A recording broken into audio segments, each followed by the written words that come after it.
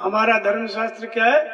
गीता है। लोग कहते हैं कि कौन सा धर्मशास्त्र सबसे पुराना है, पहले उतरा, पहले आया सृष्टि में, तो गीता सबसे पुराना है। कुछ लोग वेद, उपनिषद, भागवत, बहुत सारे शास्त्र हैं, लेकिन भगवान कृष्ण कहते हैं कि मैंने इस अविनाशी योग को कल्प के आरंभ में सूर्य से कहा।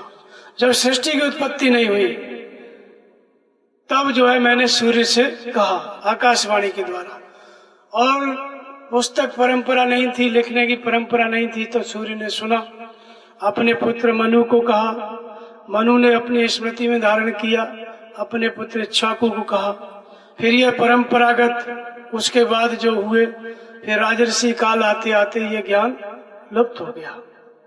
तो सबसे पुराना शास्त्र गीता, पहले नाम क्या था? अविनाशी योग।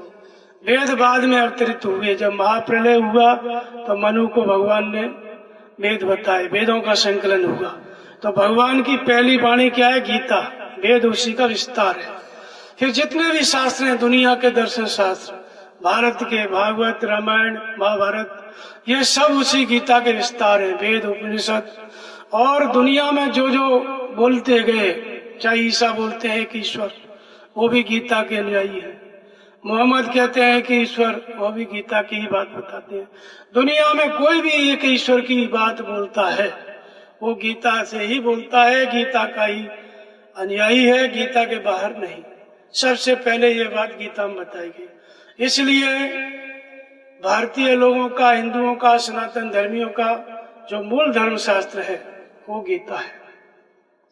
उसी को वेद व्यास जी ने स्तुति किया, गीता सुगीता कर्तव्य किमन्य शास्त्र विस्तय या स्वयं पद्मनाभस्य मुख पद्मादि विनिश्चिता। गीता अपने आप में पूर्ण शास्त्र है।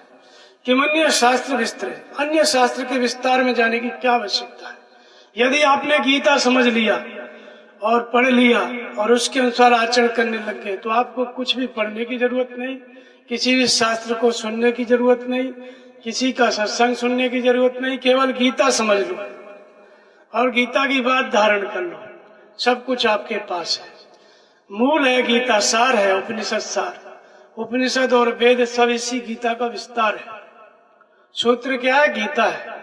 विस्तार रामायण भी है, कबीर बीजक भी है, भागवत भी है, वेद भी है, सब विस्तार है। गीता सूत्र है, सूत्र का विस्तार है। तो इसलिए भगवान व्यास ने स्तुति किया कि गीता सुगीता कर्तव्य